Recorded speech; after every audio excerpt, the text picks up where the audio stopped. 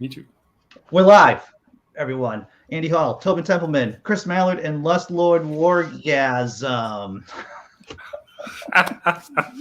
Chris, when I was doing the show today, right, I was having flashbacks to the countdown that we were doing back before January 6th, right, before the insurrection, and it's like really, man, and I don't know how you can do. And I don't know how you can cover the news without having multiple PTSD kind of experiences going one after another after another. It's like, wow, this is just like the Trump election in 2016. Oh, this is just like January 6th. Oh, look, we've been talking about this for effing years. Right. Years.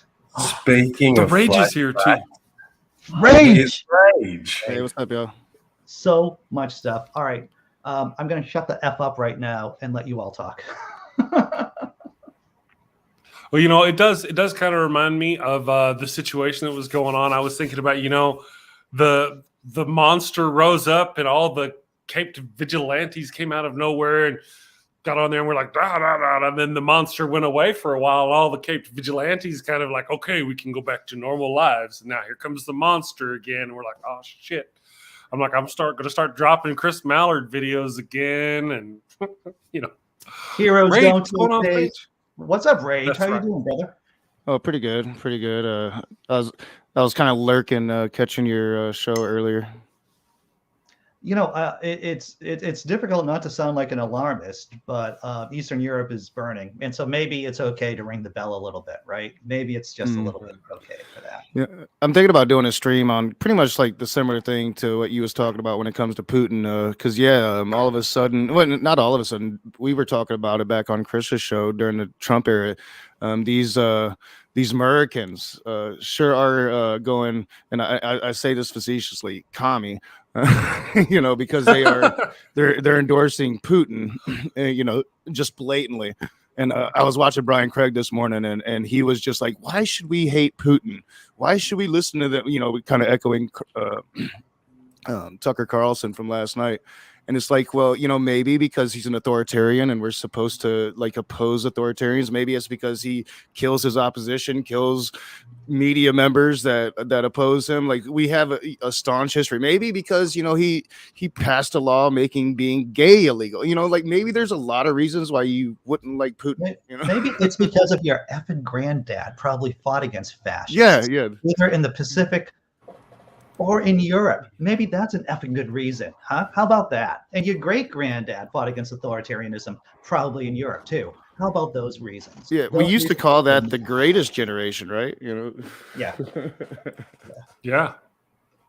Gonna have a freaking coronary. That's what I'm gonna do. I'm just gonna have a coronary from. Why should we defend Ukraine? Well, do we not commit? Do we not like live up to our commitments anymore? Is it just okay?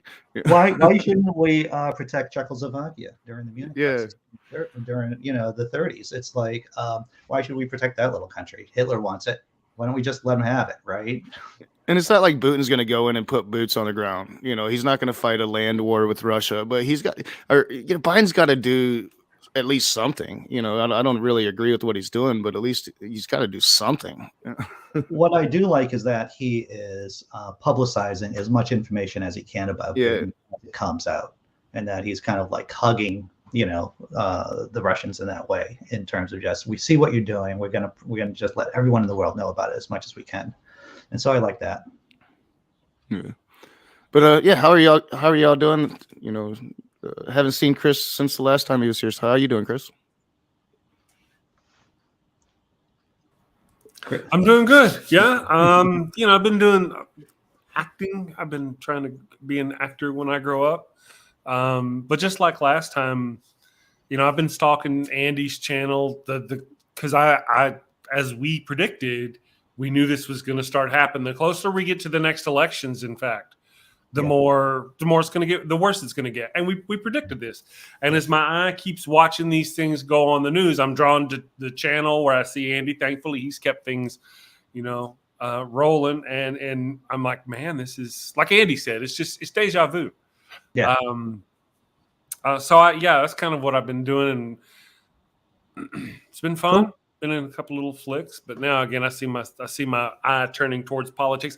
Something I think is kind of funny. I want to share with everybody is that I see on my channel. I go to my YouTube channel every now and then, Chris Mallard channel. And I pop up, and like 2 weeks ago or a week ago, somebody says they'll pop on there, and in extremely poor grammatical English, they will write, something about how I must lust after Trump since I'm always posting about Trump. And I'm like, man, I haven't posted a video about Trump in over a year. I think you triggered someone, Chris. That's what happened. You triggered someone. Yeah. It's only because Trump is when things start going crazy, and he starts motivating and mobilizing his base that starts to threaten everybody, that I start going, man, I got to say something to somebody, and you guys are the suckers that have to listen to it. Well, you got a bunch of people who are willing to be in shallow graves in case Trump takes over again. Yeah, so that's what I've been up to and where I'm going. What about you, Rage? How are you doing? Got the cooties again? Yeah. Oh, I had the cooties. Did you? Oh man, COVID? Oh, dude, I'm sorry to hear that. Yeah, I got double shots and boosted, and then one day I'm sitting there, I'm like taking a nap, because I'm one to do that, and my nose started to, and I had a hard time breathing, so I thought I had allergies. So like for a couple, and then the next day I had a deep, sexy voice. It was deep and sexy, and that was it. That was it, huh? Wow. But I did test positive for the cooties. I lost out on a role being filmed in Gallup, New Mexico, because I had the cooties. My wife got the cooties. I think she gave it to me. Yeah. Right. Licking doorknobs at the hospital. She's in the healthcare business, right? She's in.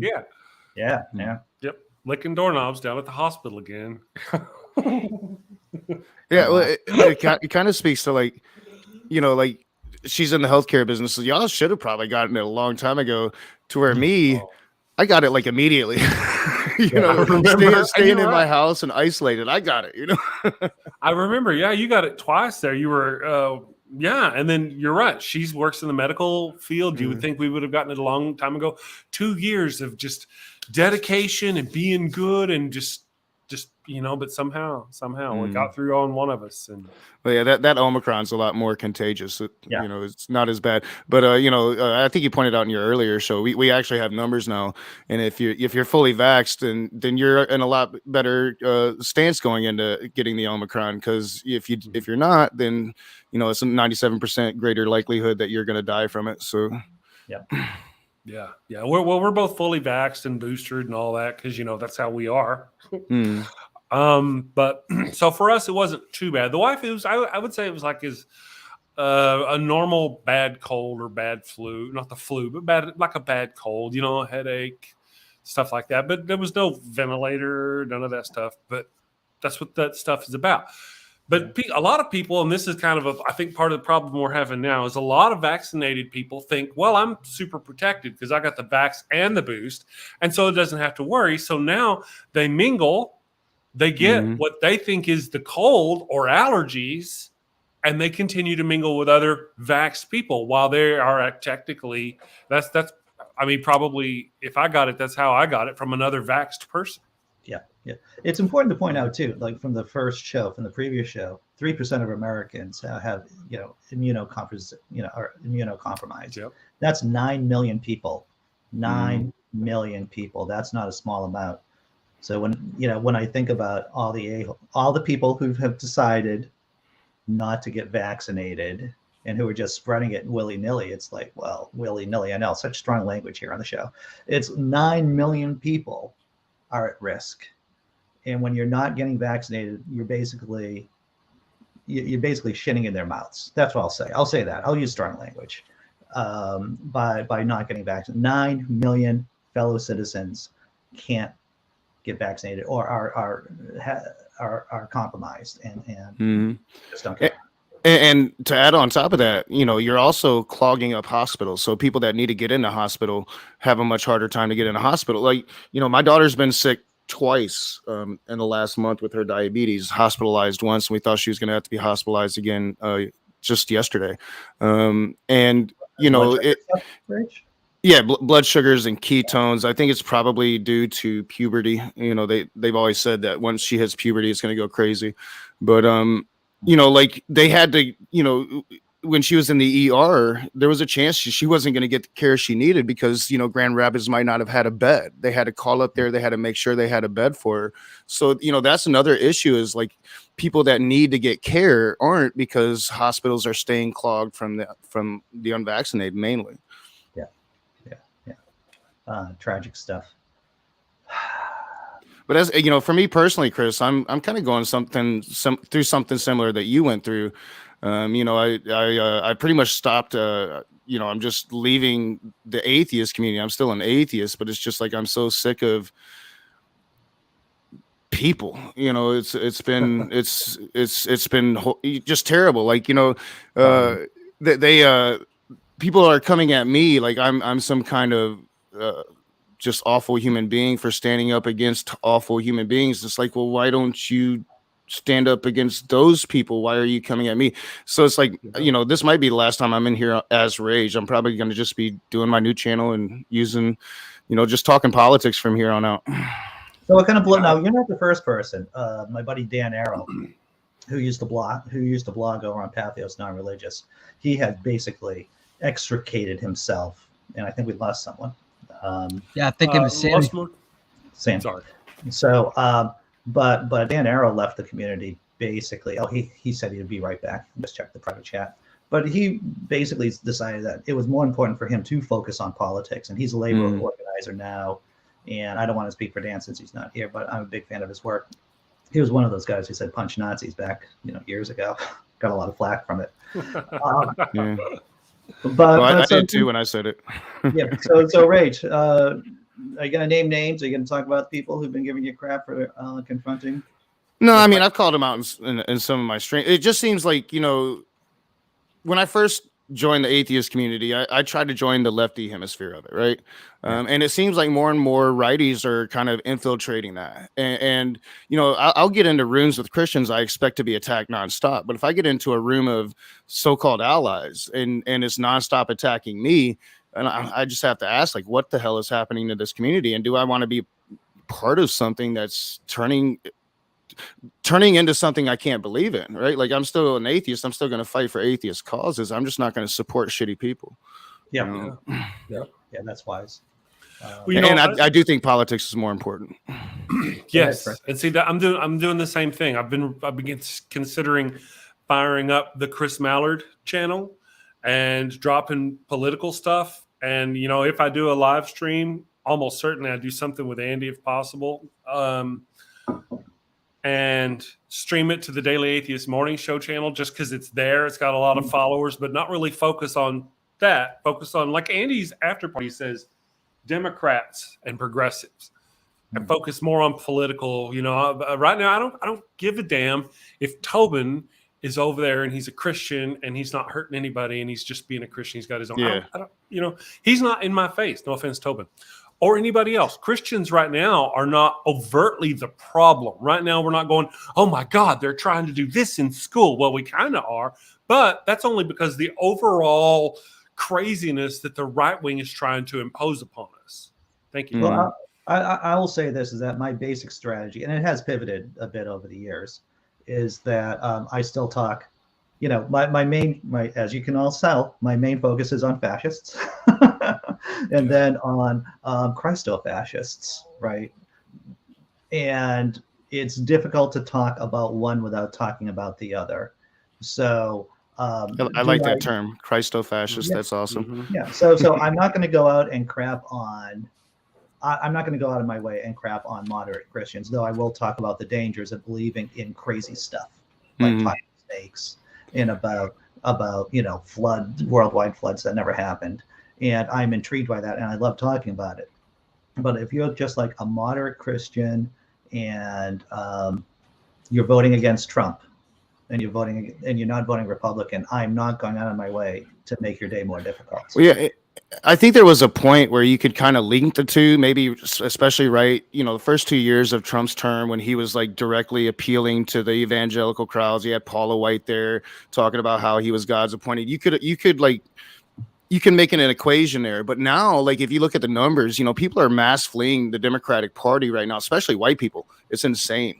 And it crosses that demographic. And now Trumpism, you can't really correlate the two together. If anything, Trumpism is pulling Christians away from their Christianity into a more quote unquote immoral stance than they had before. So yeah, I think it's really hard to continue to equate the two together. And we had a rise of the fascists in 2016 through 2018, especially. And then, like, the more exposed and open it got, the more people started to rise up. And I mean, look how many people voted just to get Trump out, just to say, hey, this is enough. And then there was this lull, and we talked about more. And well, here comes more. It's coming. It's coming. It's coming. It's coming. I'll say this about the atheist community, and I've joked about this a number of times. It's like, so what are you good? And so people say that they're skeptics. It's like, so what are you skeptical about? And I make the joke about on a 1 to 10 scale. So you're a 10 maybe on your skepticism about God belief. Good job. Totally support that. 100%. Balls in on that topic myself. But what about politics? What about economics? What about the use basically being compassionate to your fellow person? Code behavior kind of stuff. Are you skeptical about that? Have you reflected on those things? And I would challenge my other atheists, especially people who are white, people who do look like me, to maybe you should be thinking a bit harder about that. Take some more time about that. I think it's the same problem I think they have the same problem that Democrats are falling into. You try to play by some higher standard, right? When that's not being effective, it's showing it's not being effective. It wasn't effective against Trump. We haven't stopped Trumpism. The truth hasn't stopped Trumpism in the face of untruth. Well, what's going to stop Trumpism? I really don't know, but I see the atheist community kind of making the same mistakes. Well, you've got to be better than them. Well, no, like, you got to kind of get down in the mud with them. You kind of got to, if they're gonna do awful things, you should have a higher standard.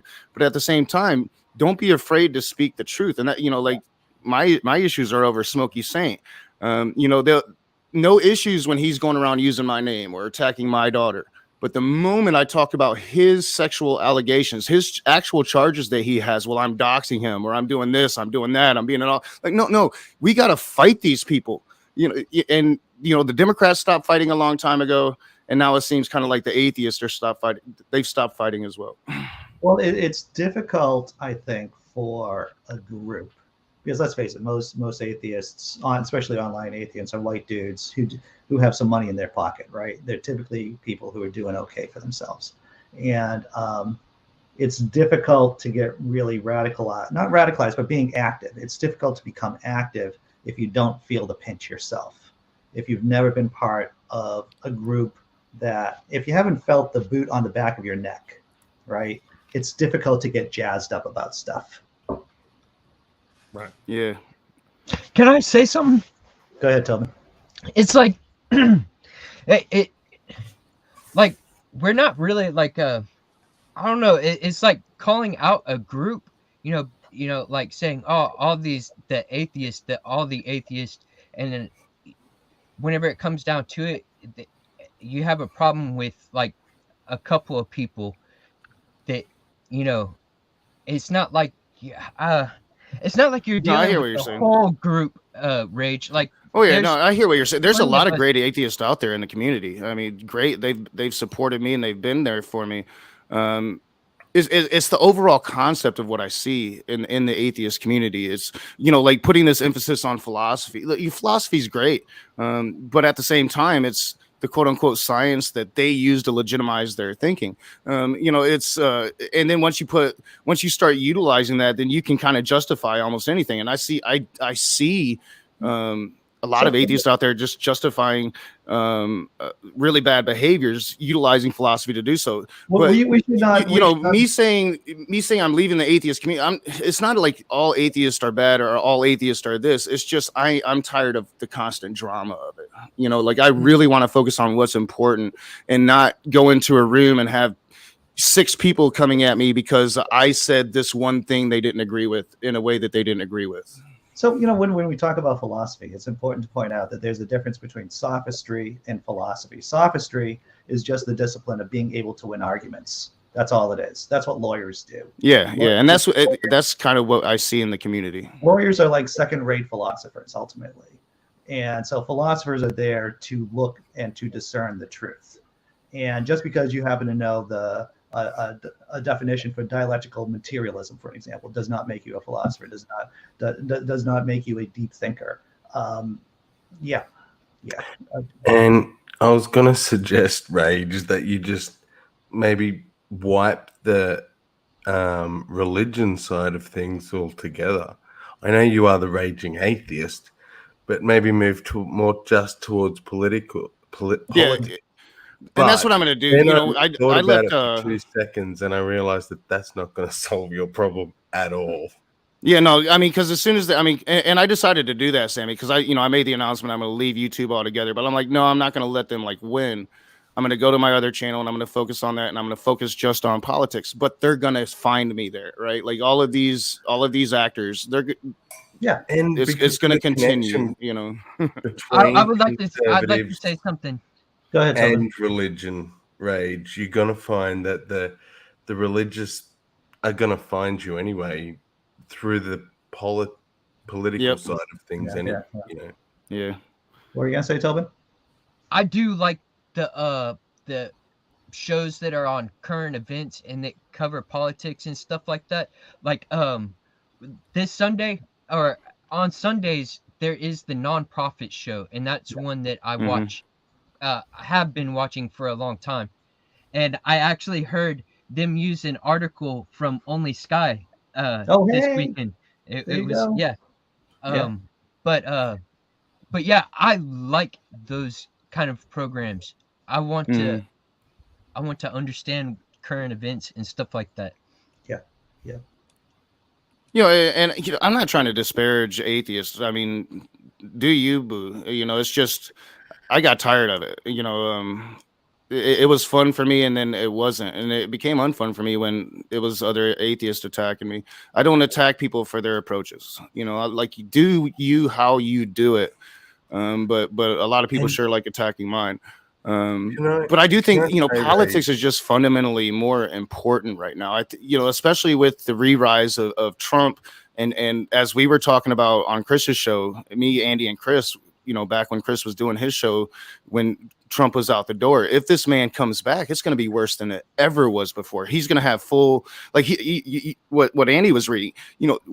I want to do what Putin is doing on the southern border. Like he's just being blatant about it now, and that's what we've been talking about for 2 years.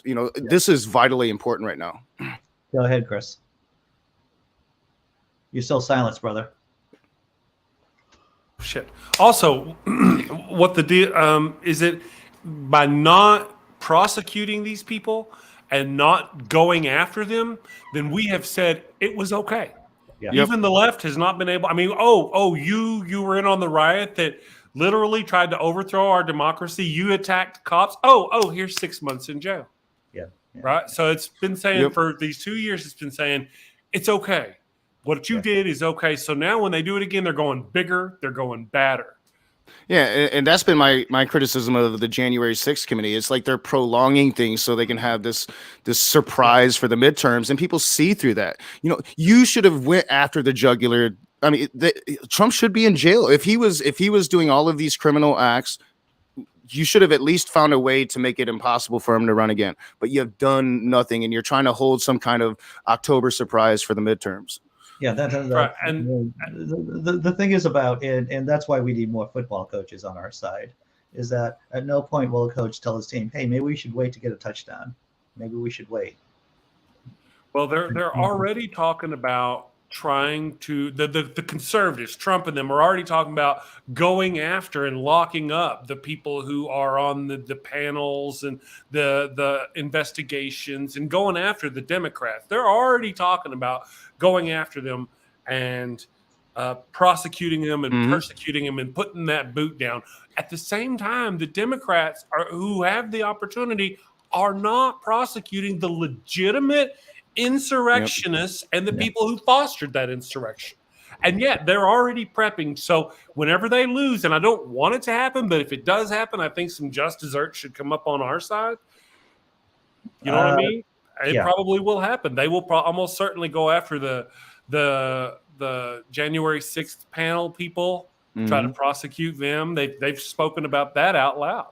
Well, and if they're successful with it, then the next step is to come after us. Everybody that's been, here speaking against them. I have a play I'm working on in my brain called Day of the Rope that predicts exactly that, Rage. Exactly that. Sorry. Yeah, and they try to say that we do it, and they use the legitimate investigations, right? Like why haven't we found out exactly what happened with Trump in Ukraine before, especially considering the circumstances we find ourselves in now? Like, why isn't all of this information coming out? Like, you would think that if you were really concerned about Trump rising again, you'd have done everything you could do to declassify and put out as much information as you can so the American people can actually make up their minds. But you created this atmosphere to allow Fox News, OA, all of these different Newsmax, all of these different sites to just create conspiracy and controversy. And now you look at it like I'm critical as hell of Joe Biden. I don't think he's doing a great job, but they criticize the littlest things that are just nonsense. Yeah. Hey, can I help? I want to help. I want to read this out real quick. Simply Secretary Dave said, I think that the reason the Dems haven't done anything about Trump is because they don't want the GOP to apply the same rules to the Dems in the future. It's a political thing. They're already talking about going after them. In the past, that's the same thing. When Trump got into office, he started pulling Dems out and blocking them. Democrats didn't even go to the White House for years, right?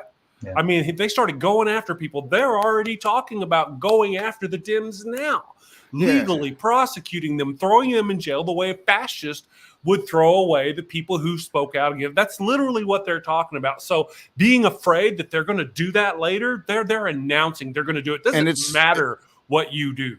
It's literally doing what they're that throughout history.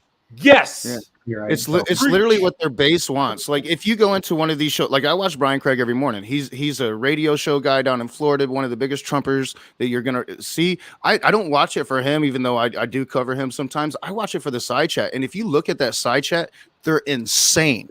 Absolutely insane, and they're calling for this crazy shit. I probably saw 20 people in his side chat today, different people talking about how they need to use overwhelming force to take back America, make America great again. Like this is the shit their base wants. Yeah. And if you're not going at it full tilt, you're not going to defeat it. I'm sorry. Sorry. Go ahead. I'm done. This reminds me of the very thing, or the very reason that I believe you said that you're done with that channel, is the way the Christians behave. And you're the only one I see in the atheist community actually calling that point out. Their disgusting behavior, their disgusting language, their racism, their bigotry, the language that they use that it's just so not acceptable now, and they're using it purposely to just to incite people. And I get attacked for that, Sammy. I get attacked by people on our side saying that I shouldn't call them out for that. Like I'm somehow wrong for doing so. It got so tiring. People would give me some crap for the kind of stuff that I do, but I don't pay any attention to them.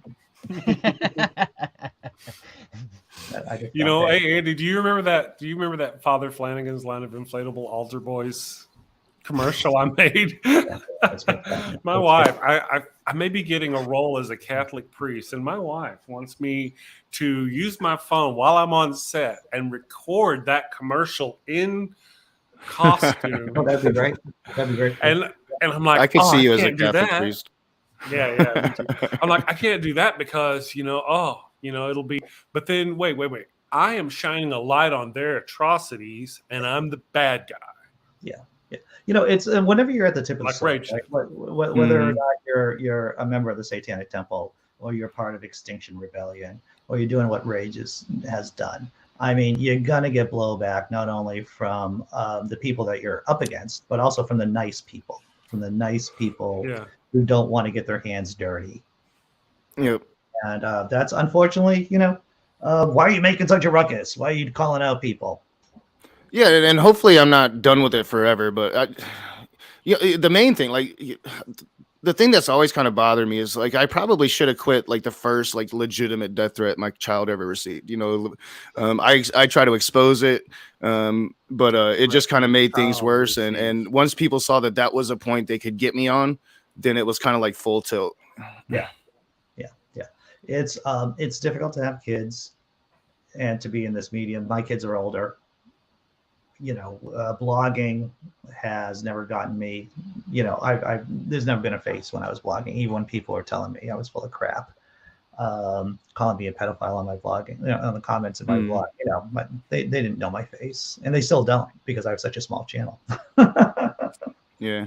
And I think you can still call, you can still call these things out through politics, because I think it's becoming just more and more blatantly politics. Those numbers that I was speaking of earlier, like white people leaving the Democratic Party, most of them are going to the right. And it's because the right are the ones that have played these culture wars, and they've played them very well. And they try to, they demonize the left with the culture wars, but they're the ones that actually play them. And more white people, they are appealing to this fear of like true repercussions coming to white people. And you can look at the numbers. There's just like this mass exodus, especially in rural areas, of any Democratic support. And then you look at the Democratic Party, who isn't even trying to do any outreach to those areas at all. They're just focusing on the cities. And you just have this disaster, this I don't know, this energy in America that's going to eventually have to be released. I was through talking violence, to probably. I was talking to the girlfriend about this the other day, and I said, "Well, can you name one culture, one state, one country that one race gave up power voluntarily to another race? So, in other words, the majority gave it up to the minority, or the minority gave it up to the majority.